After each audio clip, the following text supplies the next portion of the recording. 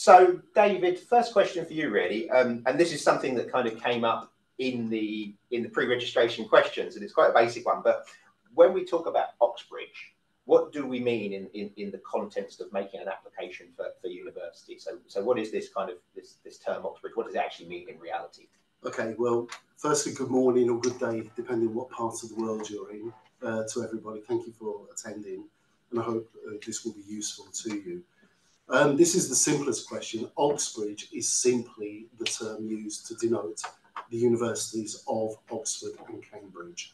It does not imply that they are joined in any way, they are separate, and it's also worth pointing out that both universities are also part of the G5 group of universities, alongside Imperial College London, University College London, UCL, and the London School of Economics and Political Science, otherwise known as LSE. And I think the most important thing to say at the beginning is that there is no actual thing as an Oxbridge application, in the sense you do not fill in your Oxbridge application form. To apply to Oxford or Cambridge, you apply through UCAS, which is the centralised university application process in the United Kingdom. And we have a webinar Wednesday of next week to deal with that specifically, so I won't get sidetracked with that. But essentially, when we're talking about Oxbridge, we do mean the universities of Oxford and Cambridge, of which you can include one in your UCAS application. UCAS, in the application, you make up to, normally you make the full number, 5 choices, and as I said, one of those can be Oxford or Cambridge. That's a simple answer. Thank you, David. That's great. So hopefully that kind of helps a little bit understanding. When we talk about Oxbridge, it's a term we bandy about, but we are talking about 2 separate universities. And David makes an interesting point there, which a lot of students, I think, don't understand when they first come into the process, is that you can only apply for one or the other, generally speaking. There are a few exceptions, but for most students, you have to apply for Oxford or Cambridge. So that's the first important thing to remember. So, David, what are the factors that students need to consider when they're thinking about making an application for either Oxford or Cambridge? What are the key things that you kind of I mean, we're obviously at this stage talking about, you know, the big picture, sort of, rather than the sort of the finer detail. And I think the one thing that everybody needs to be aware of, may be aware of beforehand, and Abril will be able to sort of give us real life testimony about this, is that when you do include an Oxford or Cambridge choice in your UCAS application, effectively you are jointly applying to 2 bodies. One is to the faculty or the department which defines the subject you're going to be doing. So, for example, it could be engineering, it could be natural sciences, if it's going to be something like biology, physics, or chemistry. Obviously, you've got faculties of engineering, etc. So there is very much the academic side, the explicitly academic side, but very uniquely to Oxford and Cambridge, you're also applying to a specific college within the university. So it was mentioned by John that Abril applied to St John's College. She'll be able to tell you a bit more about that later. Now, it's really important not to confuse this with what other universities offer, because, for example, you will be aware that UCL, King's College London, Imperial College London, LSE itself, all belong to a kind of umbrella organisation referred to as the University of London. That's very much a business grouping, very, very different from the University of Cambridge, the University of Oxford. So you're applying to a specific college. You need to make a college choice in your UCAS application. It does give you the option of actually saying, I don't have a college preference. We generally see this as a bad idea, but clearly this is something that we can discuss when we're actually completing the application with the student. I would also point out that there is one other university in the UK which does use a college system, which is the University of Durham, but it's far less prominent compared to, in terms of the college structure rather than the university. It's the 3rd oldest university in the UK, but the college structure has less of an impact on the life of a student, of an undergraduate, going through University of Oxford and Cambridge. And I can really, what's developed this year is University of Durham, college choices are now made after the student receives a potential offer. University of Cambridge and Oxford, you have to make the college choice initially, because that will be a factor in your interview. And I think it will also in your test as well, your admissions test. So we'll mention that. The one big answer to the question, which again was, what do you have to consider when making the application? I'm going to move away from the college, which is, it's important to know, it's important to be prepared, it's important to make a good choice, a good fit for you. But I don't think it's an exaggeration to say that really 99% of the application process and of the applicant's chances of getting an offer from either university, it comes down to academics. Very, very simply, you need to know, and for those of you who are planning 1 year, 2 years, 3 years ahead, for those of you who are advising students, again, you may already know this, it's so central to have a clear idea, an informed idea of the subject area, the area of study. It could be very specific, for example, history, or it could be, I like the idea of engineering, computer science, or sciences, without initially being more defined than that. But I just want to really explain that when it comes down to it, both in the application that the university will read, and then in a test that you will do, admissions, which we'll talk about later, and then possibly above all, in terms of the interview you have afterwards, the one thing that the students should show a very, very clearly knowledgeable passion for is not the University of Cambridge or Oxford, but about the subject they want to study. You need to be proficient. You need to be as expert as possible to the level of your education in that subject, because you will be tested on it in an admissions test, as I'll explain later. Clearly, in terms of whether you're doing A-levels or coming from another system to apply, if you're with us, obviously you would be doing A-levels. The predicted grades were given by your school, given by us to our students, will reflect just how capable you are in that subject within an exam structure. But as I said, the interview as well, it's going to be vital that you not just declare that you're passionate, but you can talk at length about a given topic within your subject. If you're applying for something very technical, like medicine, like pharmacy, like an engineering subject, maths, etc., it's likely that a lot of the interview, if not the absolute majority, will be technical questions, so academic questions. Again, I'm not going to steal Abril's thunder in terms of her experience. It could be that you are being asked to talk about things from the world of science, from the world of history, etc. And what's very important is that it's not that you should know everything, which is probably an impossibility, but they're very keen to see how confidently you can break down a problem. So even if they're asking you a question, a scientific question, which goes beyond your A-level studies, the fact is that your ability to break it down and say, well, I know this from my studies, I don't know this, but I can make an educated guess, or I can link it to this story in the news, I don't know, about a particular vaccine that's been developed, about Alzheimer's, whatever it might be, about a new engineering project. That gives them a very clear idea what you would be like to work with as an undergraduate within their system. So from that point of view, it's the academics underpin everything, both in terms of your tangible knowledge, which obviously has to translate into academic exam and report terms, but also your informed passion. So I think that's really the thing that we'll probably be concluding on by the time we reach the end of this half hour. Yeah, really important to talk about that kind of that academic basis that you need if you're considering an application, and the strength you need there. Obviously, in terms of characteristics, what is it do you think that makes Oxbridge stand apart from maybe those other universities that we've talked about under the UCAS system? So what kind of defines kind of an Oxbridge kind of experience or an Oxbridge academic kind of profile? And are there any differences between the universities, within that, or even the colleges in the system? I'll start with the second question first. If we're taking this kind of bird's eye view, kind of initial view, before you break down into what's the difference between studying law at Oxford, law at Cambridge, which in this case, at Oxford, they don't even call it law, it's referred to as jurisprudence. If we take a kind of wider angle view of the whole thing, there is not much difference, okay? They're both centres of excellence from an academic point of view. They're both world leaders.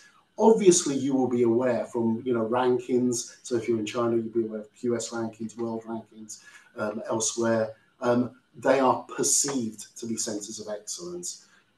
It's fair to say when students join us and we go through the process, we also try to make sure that Oxford and Cambridge are right for them and right for their subject choices. It's not always the case. And this isn't just about the level of the student, but also about the teaching styles, etc. So I think what's objectively different about the way Oxford and Cambridge are organised, well, one objective difference are the colleges. Within the colleges, from an academic point of view, the students, other than lectures, so big scale theatre groups where they will be in a lecture theatre listening to a given professor speaking, or seminars or tutorials in smaller groups, there is something called the supervision system, where there is one-to-one discussion, very much kind of a nurturing factor, which is very, very unique to Oxbridge, and clearly is where the universities want to put their imprint in how they're training up, developing, encouraging their students, their undergraduate students.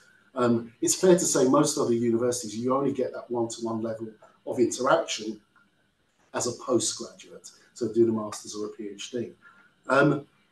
The other thing is to bear in mind is, and this is where it doesn't necessarily work for everybody, is that Oxford and Cambridge have shorter terms. So typically a UK university will have 3 trimesters or terms of 10 weeks each.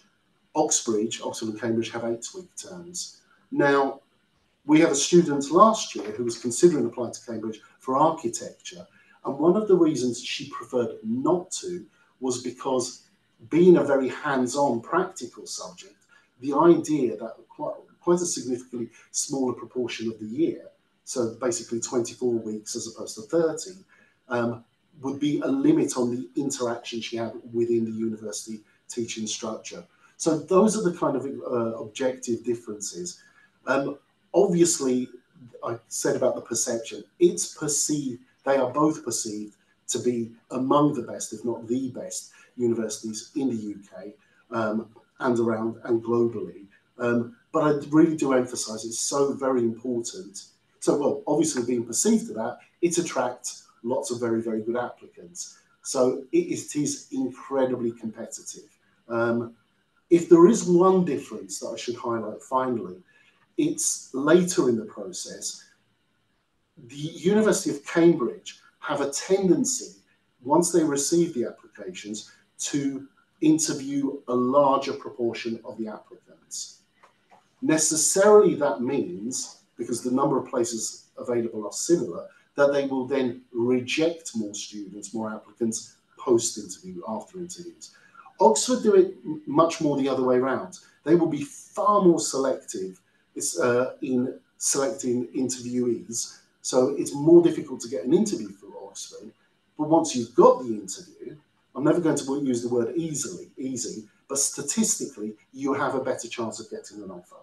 But again, that's when you're much further in the process, and quite frankly, something that you don't need to worry about now. Thank you, David. Avril, so obviously you have an offer to study at Cambridge, so you've obviously gone down the application process. Give us a bit more information about your kind of journey personally. So were you always considering Oxbridge, or was it something that came into your mind when you studied here in Cambridge? And were you considering both universities? And if that's the case, what made you select Cambridge? Yeah, I think when I first arrived at Abbey, I didn't really necessarily have the idea of Oxbridge in my head, but I think I started to get pushed a lot more in Abbey academically, and my grades sort of reflected it. And my teachers sort of recommended it. They said, have you ever considered it?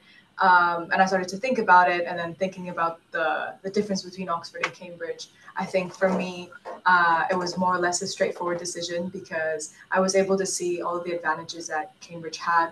I had attended a lot of lectures last year, and I was able to go to like the open day at the university and see the colleges like firsthand, which like informed my choice to pick St. John's. But I think, yeah, that was how I picked between Oxford and Cambridge. And the beginning of the journey, I guess. And which other universities did you have apply for as well at the same time? I applied to LSE, UCL, Bristol, and Queen Mary. Okay, excellent. So that's quite common, isn't it, for students to be applying to G5 as well at the same time? Great, that's great, April. So obviously, David, you work really closely with students who are going down the application process, you know, for a range of universities, but obviously we're talking specifically Oxbridge. So talk us through the kind of the application process. What are the steps that are involved with the student maybe coming in for year 12 in terms of taking them to that application and hopefully ultimately through to a successful kind of offer? Okay. Obviously here we're talking in general, regardless of which, sixth form college you study in prior to actually going to university. One thing I didn't mention about the difference with Oxbridge, but falls into this kind of journey, is that there is an earlier application deadline. Now, generally speaking, UCAS applications, applications to all universities, need to be completed by the end of January. It varies a little bit. It tends to be the last Wednesday of the month. This year it was the 31st of January. However, if you are applying to Oxford or Cambridge, or incidentally for medicine anywhere through UCAS, the deadline is mid-October.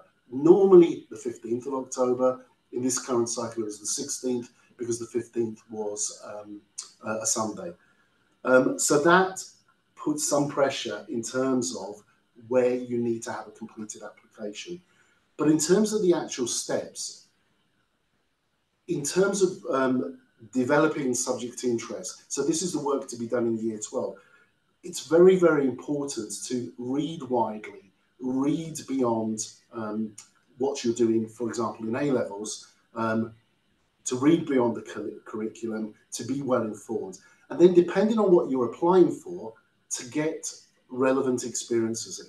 Now, for history, I don't think there are many work experiences, so it's much more about what you've read, lectures you've attended, etc. But if you are going for something that's got a kind of vocational, a professional side to it, so it could be law, jurisprudence, could be engineering, really important to get some meaningful work experiences in place. They don't have to be paid, it's just to have an exposure to the world of that discipline or vocation, to have something to then reflect on as part of the application. And I'll specifically give you the examples there.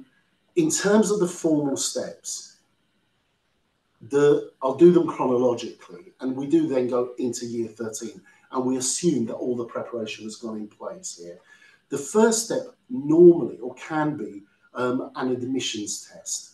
Now, admissions testing are actually being reformed in the current year. Cambridge are playing part of that.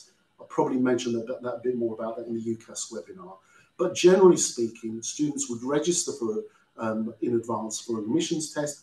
Some of them are done by an exam board. In this case, the majority will be done by Pearson. Obviously, you would be advised by the school, directed by the school how to do so. But where there is an admissions test, so it's a specific date, a specific sit-down central test rather than examination. It could be something like the UCAT for medicine, it could be LMAT for law. The new test for the maths, the sciences and engineering is called the ESAT. There's something for mathematics and computer science and economics called the TMUA, or as we discovered recently, they prefer to pronounce it the TAMUA, which makes it sound very Hawaiian. But in all seriousness, these have to be booked and sometimes done by the end of September. The majority of the tests, however, will be sat just after the application deadline. So we'll talk about that, which is mid-October. There are, for some subjects, history being an example, which Abril will talk about, where there isn't a kind of a centralized test, but rather the university department, in this case the School of History, asks the college to put on a test. So in this case, Abril will tell you about the test she did, which was an HAA. So there's some form of testing. The application itself, the deadline, again, unless it's a Sunday, will be the 15th of October. By that stage, you should have, most importantly, apart from all the kind of administrative elements of filling in all the data to the application, a very strong personal statement.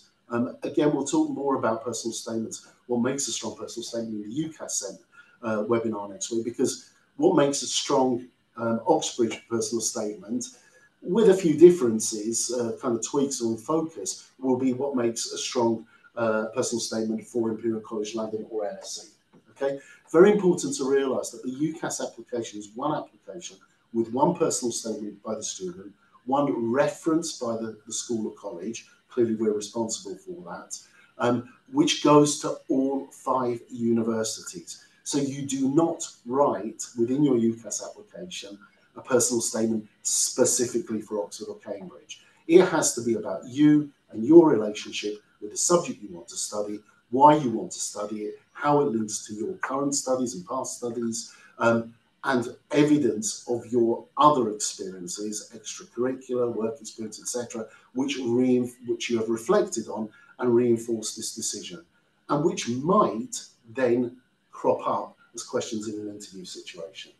So as I said, admissions tests, application, and then if this is successful, interviews, which tend to happen in December and get announced quite late. I should point out that Cambridge specifically do require students to fill in an extra form, which used to be referred to as the SAQ, now it's simply called the My Cambridge application. Again, we guide the students through that. It's not really a qualitative piece of work in terms of you're writing a personal statement which will have as much value or influence as the UCAS personal statement, but they do ask for extra evidence, even uploading certificates, transcripts, etc., of your previous education. So again, we're talking about what you've done in year 12. Well, what you've done in year 11, or the equivalent in your national system, it's very important that there is evidence of a strong academic profile, whether it's in actual qualifications or if you're in a high school system, for example, in Iran or in China, transcripts officially from the school showing that by the end of that, so if you're in China, for example, it will probably be the first year of senior high school, that you've been achieving very high results. They will want to see that as well as part of the My Cambridge application, which usually it's completed in the week after the mid-October application deadline. All right. As I said, then it then rolls through into interview, which happens early December, before Christmas necessarily. Many of the interviews are online still. I believe yours was. Yeah, that's kind of something that was born out of COVID, but it's actually worked out more conveniently for the majority of colleges. Some colleges do actually ask to do in-person interviews, if obviously you're in the UK. And then at the moment, because it does change, can change from year to year, the universities will announce their decisions in January of the following year. Oxford this year did it earlier, did it around the 10th of January. Cambridge, the colleges, aim to do it on or around the 25th of January. So that's when you get final decisions.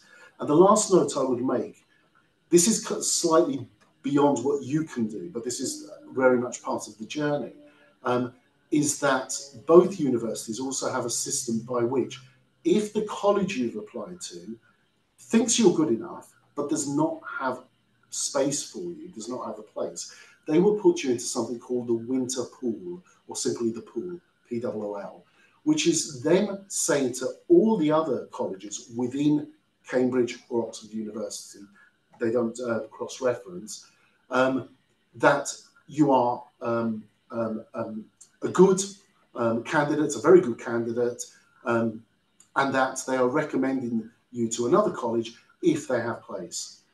Generally speaking, and it does change from subject to subject, once you're in the winter pool, something that you can't influence yourself, you then have a 50-50 chance of actually getting an offer.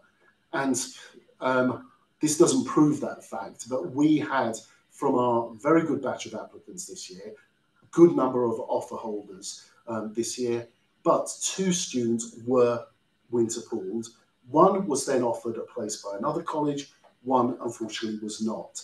Not unexpectedly, the one who was not offered a place was applying for medicine, which is even more competitive. But essentially that's the journey. You've got application, tests, interview, and then decisions. Avril, it sounds like a very competitive and intense process. Just talk us through, tell us about your experience of actually going through the application process. What was it like? I think it started pretty early on. Like David said, I guess getting the grades was sort of the first step. And then after that, we got in touch like with Abby and like an external body that helped us. Basically, we had one-on-one tutoring sessions to get through the like knowledge building part of the Oxbridge application, which is sort of what leads up to the personal statement and the interview and things like that that come like a little later. So just making sure that you have like quite a bit of confidence in your subject, like depth and breadth, making sure you figure out what you're precisely interested within your subject, or even if it's the right subject for you, or even if the Oxbridge system might work for you, because it's pretty intense, you know, the one-on-one sort of like supervision type of approach to learning. And then later on, me and David spent quite a bit of time working through past papers, like for the entrance exam. We did mock interviews.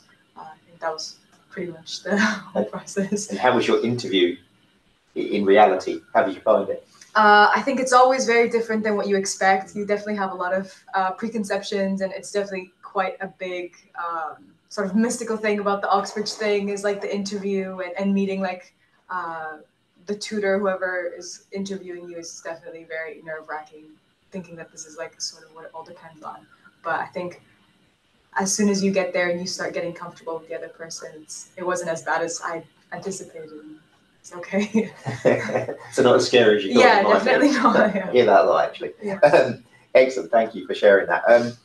So Avril talked a little bit about kind of the support that's been provided here from Cambridge, from Abbey College, Cambridge, in terms of her journey. But David, what sort of support do you think, as you know, as colleges, we put in place for students who we've identified or who have come to us as Oxbridge kind of candidates or applicants? I think the premise to that is that obviously the Abbey DLD group are aiming for the same kind of qualitative outcomes. Our ways of getting there depend on our student body, various other things. So I can only speak really in terms of what we do at Abbey Cambridge. Here, I'd say that there's two branches to the support that's actually given, which is extremely hands-on. Although it has to be very, very clear, as hands-on as the support is, the actual performance, whether it's in the personal statement or in obviously an interview or in a test situation, it comes down to the student. We have to make very clear, with all the best will in the world, the college alone cannot achieve it for the student. The college can facilitate a good, dedicated applicant to have a very good chance of actually getting an interview and then potentially an offer. But the two branches are what we do in college and what we necessarily refer to an external team, consultant team, who have got much more direct contact with Oxford and Cambridge colleges. It's important that we have that because clearly our number one job is to get students very good grades and also to do very good applications and also to have a good, fulfilling experience here at the college in general. But you do need to be working alongside an outside entity which has very much got a foot in the Cambridge colleges, etc. So we work hand in hand with them. And the division of labour, if we can call it, is that we are responsible for producing with the student the application. So what goes into UCAS, the whole kind of form filling, etc. Clearly, the bubbles that reach the surface are the predicted grades from the subject. So that implies all the teaching and learning that's taking place, but also the personal statement. So, you know, we work very, very directly with the students. We also really encourage the students to do the work themselves. So we will mention something about this next week, but, you know, there's the whole kind of revolution with AI writing, ChatGPT, etc. The universities can spot when, and have means for spotting when it hasn't been written by a student. But the number one appeal I would make to applicants is, please, they will be interested much more in the content of what you're saying rather than how you're saying it, which is where the AI might potentially help, but it's not going to tell your story as well as you are. So, as I said, we deal with the application. Where we overlap with the external consultants, as Abril has already implied, is with interview preparation. So you had much longer term interview prep with our outside partners. But then once the interview was confirmed, we then put in place within the college added interviews. Because the one thing that you can guarantee with an interview is that nothing can be guaranteed. You don't know what questions are coming up. So the more kind of diverse experiences you have beforehand, relevant but diverse, the better. All right. And where our external partners, because of their contact with the colleges, with the universities, are much more first-hand, where they more exclusively work is the preparation for the admissions tests. Admissions tests, if they're the centralised variety, let's call them entry tests. If, like Gabriel, you do it via the college. But that's where they would help. Now, obviously, we left-hand, right-hand work together, and more so now than ever previously, simply because it was so competitive. John, can I mention one last thing, which I've really kind of left as a kind of concluding point? With everything that's said from the outset, and Abrilla's has underlined in her case, about the most important thing about approaching an Oxbridge application and a competitive UCAS application in general is having the right academic profile, but also the passion for what you're going to study, the experiences, whether they're added learning or whether it's something like a work experience. But because I'm assuming I'm speaking to either prospective students or agents representing them who are coming from outside the UK, and in most cases do not have English as a first language, I cannot emphasize enough having English at a high enough level to be able to speak with confidence in interview situations is absolutely fundamental. So if you're asking me in the equivalent to year 10, year 11, possibly, well, probably not year 12, but even if you're finishing high school in your own country before doing 2-year A-levels with us, please improve your English, practice your English. The IELTS requirements or other test requirements are very, very high for Cambridge. So in most other cases, it will be the requirements for a postgraduate course. You do, in general, need to get 7.5 overall IELTS with no less than 7 in each subsection. Medicine, I believe, you need 7.5 in everything. But please think about your English improvement, your English proficiency, not just in terms of a test result. It's in terms of sitting down and be able to focus in an interview situation on what you want to express with confidence and without worrying about how do I say this in English. So if there's one thing you can invest in now alongside your more specific academics, it's absolutely practicing, widening, improving your English. Thank you, Dave. Avril, just in terms of the support that was provided by the college, I mean, obviously we talked broadly about kind of what support's in place, but what things do you think added the most value to your kind of journey that the college provided? I can tell you're a very confident person, you know, very well read. But what sort of element that the college provided do you think helped you the most in terms of securing that place there? I think the fact that not only your UCAS advisor but your director of studies is always like able to answer any questions and always able to help you out. And for me, having David around was definitely very, very helpful because obviously he's a subject specialist in the same thing I want to study. So being able to have someone that is open to like not only reading like past papers that I did, but also essays that I did in class, and I had to submit like essays as well to the college as part of my application. And David was always ready to read those and provide feedback. I think that was definitely the most helpful part.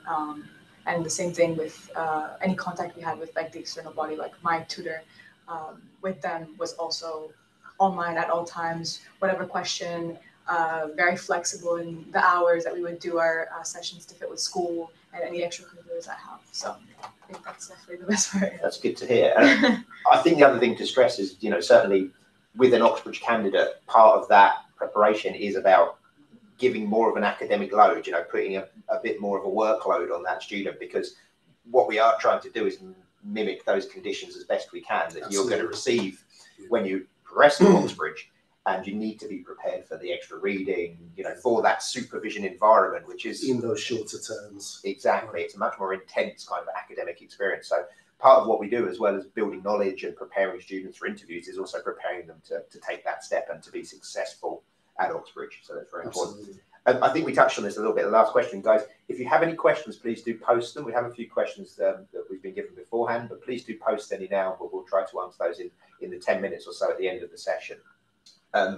In terms of what students who might be completing their secondary studies now or thinking about coming and joining a college in the UK or one of our colleges in September, I think you said it there in terms of reading, improving your English. But is there any other things that they could be doing now on the academic side of things, or any advice you would give? I think that this is not specific to Oxbridge, but clearly Oxbridge falls within it. Beyond, you know, performing well in your academic studies, getting good grades, improving your English, as we said, I think it's really knowing what the detail is of what you think you're going to study. So don't think I want to do engineering because, possibly because, you know, mum or dad is an engineer, because there's a big building project in my country. Actually do a bit of research on the university websites to see what they're actually going to teach you. Make sure that because you will be there 3, possibly 4 years, if it's a course that includes also a master's, which it would if you're doing something like engineering. Know the detail of what you're going to study. I mean, the very kind of possibly lame comparison I make is that and I put it to our students and I ask them, if you're going for a holiday for 2 weeks, what would you check beforehand? And they say the restaurants, the nightlife, all those kind of things, the beaches, etc. I say, okay, now you're proposing to go to university for minimum 3 years. What have you checked? Well, it's Cambridge. I'm doing this. You need to know exactly what they're going to teach you year by year.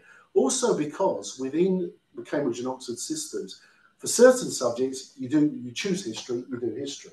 But as I mentioned at the outset, if you choose the sciences, the material and physical science, the physical sciences rather, or engineering, you're actually signing up for a natural sciences degree or an engineering degree, which can go one of several ways. Now, obviously, you would already say, I want to be doing biology. But the point is that while in the first year of a course of study at any university, the majority is what they tell you to study. From the second year, and especially in the third year, they offer you many, many more options. You do not have to choose in advance, but it's good to know what the 3+ years at the university would entail. And I would also add, look critically at the Cambridge course alongside an LSC course, etc., and say, which one is genuinely of more interest to me? Because obviously, when you come out of university with an Oxford or Cambridge degree certificate, diploma, employers will see the name, but they will also want to see the grade, whether you got first class, a second class upper, or a 2-1, etc. And I would contend that the course you're more interested in is the one that you're more likely to do well in. So it's really, really important that you've got the right fit, of course. So have an idea, do your research, choose wisely. Brilliant. Thank you, David. Please, if you have any questions, please do post them in the chat or the Q&A. You should be able to find that at the bottom of your screen, so please do feel free to ask any questions. We've had a couple of questions, actually, that I'm just going to put beforehand that were given to us, which I thought, one of which was quite interesting. Asked about kind of college selection and how that might influence or might affect your chances of securing a place. Now, I know we can talk broadly about college selection, but what generally is kind of the strategy which students might employ around college selection? I'm not sure everybody in the sort of counterparts I have would totally agree with this. I'd be interested to hear Abril's point of view on this. I would suggest that while it's very, very important, it's in the whole kind of process leading up to an application. So we're talking about before year 13. This is possibly the last decision you will make. It's not the most strategic. Would you agree? Yeah. So, number one, please don't pressure yourself. Please don't arrive, for example, for year 12 at Abbey College, Cambridge, expecting for us to get you to commit to a specific college. That's not going to be the case. When it does come down to it, let's be clear. it's going to be equally tough applying to any Oxford or Cambridge college statistically. And one thing we notice is that the data that the universities supply in terms of the number of applicants they have, the number of international applicants, the number of applicants for given subjects, will vary from year to year. And therefore, if, for example, Queen's College, Cambridge didn't have quite as many applicants as St John's College, is it wise to then choose Queen's in your application? Well, the likelihood is that if you're thinking it, lots of other people will be thinking it as well. So there's no point in second guessing. Choose the college which works for you. Please don't do it because of location, because of history or anything like that. They don't want you to go there as a tourist. They want you to go there as an academic. What you might do, amongst the many other things that our external partners are very good at advising you on, is also look, even if this is quite far ahead, but certainly in the summer going from year 12 to year 13, is have a look at the individual college websites and see amongst their teaching staff, the professors, the fellows, etc., who's teaching your subject. Because I mentioned the one-to-one supervisions before. They happen with obviously someone who teaches your subject, but is in your college. So that's actually quite an important one as well. But as I said, please don't feel overly pressured there. We will give you advice. Where we're located in a very nice part of Cambridge, lots of students want to apply to Homerton College, which is our next door neighbour. Unfortunately, we advise them against it simply because it's the one college that has more postgraduates than undergraduates, because it's the teacher training college of the University of Cambridge. It's the Faculty of Education. So that's probably one which I would say a no. But that's a come here informed, but not yet feeling under pressure to make a choice. Yeah, and I'm making a very layman's term. If it doesn't matter which college you study in, where you study your kind of the faculty or the department, no, is the same. Yes, exactly. So faculty of history or department exactly. of history will be the same regardless of which college. Just Abel, just on yourself, obviously St John's. What was the key factor in there? Did you look at a few colleges? Was St John's the one that stood out for you? I think I sort of went back and forth with colleges. I think for me, one of the things that I was looking for was a bigger college, and I think St. John's is a pretty big college. In general, the courses and the amount of people in them are quite small, so I think being able to have more diversity within the course was really important for me. And also, I had seen a lecture from a professor at St. John's that I was really interested in. It ended up being my interviewer. But, oh well. But I was just really interested in the research she was doing, and I visited and I really loved the place. I should know this, but did that come up in the interview? Yeah. Recognise it. Yeah. Excellent. Well, that's always a great advantage, isn't it? Being in Cambridge, you can get access to those colleges and meet with admissions tutors, and get that idea of what feels right for you as well. Much the same way as you select a school based upon kind of how does it feel, what's the environment like. You can do the same thing, which is great. John, do you mind me just quickly adding though? But obviously we're located at Cambridge, but we do have Oxford applicants, and Oxford will facilitate. And it's not a million miles from here at all. We do encourage our students to go to open days, etc., to visit. It's amazing what you can do online as well. In those terms. So, Cambridge is convenient for us, but it shouldn't be the exclusive consideration. Yes, excellent. We've had one question actually come through on the chat just about a foundation program. Now, I think I know the answer, David, but I'll let you answer this one. Can I get into Oxford or Cambridge with a foundation program, essentially? My understanding, the shortest answer I can give is unfortunately not. I would just point out, though, that on very, very, very few courses at Cambridge, I'm not 100% sure at Oxford, they actually have degree courses with a foundation year. But it's really, really rare. The one I'm most aware of is in classics, and it's really designed because they cannot discriminate, if you like, in practice against particularly UK students, but students who are coming from schools which, for example, didn't teach further maths, didn't teach Latin or ancient Greek. Therefore, they might have that foundation element. Doing an international foundation outside and then applying I'm happy to be corrected, but I'm near 100% certain is not going to work for an Oxbridge application. So in UK terms, you definitely do need A-levels. Clearly, we don't provide it. You can also apply with the International Baccalaureate diploma. Thank you. We'd have a question just about medicine, and I know you touched on that briefly. So the medicine application program, a brief overview. I know we have students who have progressed to medicine, but how competitive is that, and kind of, you know, what are the steps that students need to take if they are looking to apply to medicine? At Oxbridge? Yes, at Oxbridge. Okay, I mean, look, I don't want to dissuade anyone. We have had a student get an offer, get a place in medicine before. As I said, one of our students, very good applicant this year, got pulled for a Cambridge application for medicine. But if Cambridge and Oxford are tough, medicine at Oxford and Cambridge are wildly tough.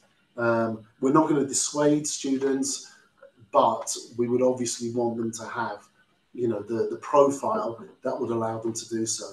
And the application process is exactly the same, albeit the admissions test is the UCAT now. Previously, you may be aware there was the BMAT. It's now almost all medical schools, university medical schools, have transferred to the UCAT. You're still doing the personal statements, etc. But where medicine is something that's so important is the work experience and volunteering. And if you're joining us for year 12, our head of medicine runs an excellent medicine program. In fact, it takes up a block as an A-level subject. There are no A-level exams at the end, but it's there to ensure that you get the right experiences to put on your application, to talk about at interview, and also to provide evidence for, okay? So it is essentially the same application process. You do need to evidence, prove what you've done, how you've reached this decision so much more explicitly, but much more clearly. And it is madly competitive. Our applicant for medicine applied to Queen's College. I hope she won't mind me saying this. She was applying for the one place available for an international student at that college. And that's typical. That is, again, what Avril achieved was incredible. I dare say there's a few more international historians at St John's College, because as you said, it's bigger. So it's properly tough. My advice to medicine applicants is please don't fixate on Oxford and Cambridge, because getting into a UK UCAS medical school is an achievement in itself. Not every university does it. If you and we feel you are of the right calibre profile to include Oxford, Cambridge as one of your 5 choices, then you will be encouraged to do so. Brilliant. Thank you, David. I think we're going to wrap up now.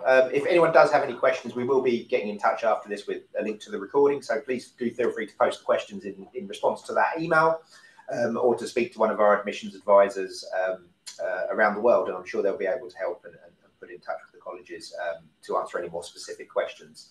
But I think what we'll do, we'll just say thank you very much to David, Dr. David Sharp, for his time and his expertise, and for Avril for sharing her experiences of the Oxbridge application and her successes, which is great. Thank you for your time. You're both very busy, so I really appreciate you imparting some of your wisdom there as well. So thank you very much, guys. I hope you have a lovely rest of the day wherever you are, and hopefully see you very soon. Thank you very much. Bye-bye.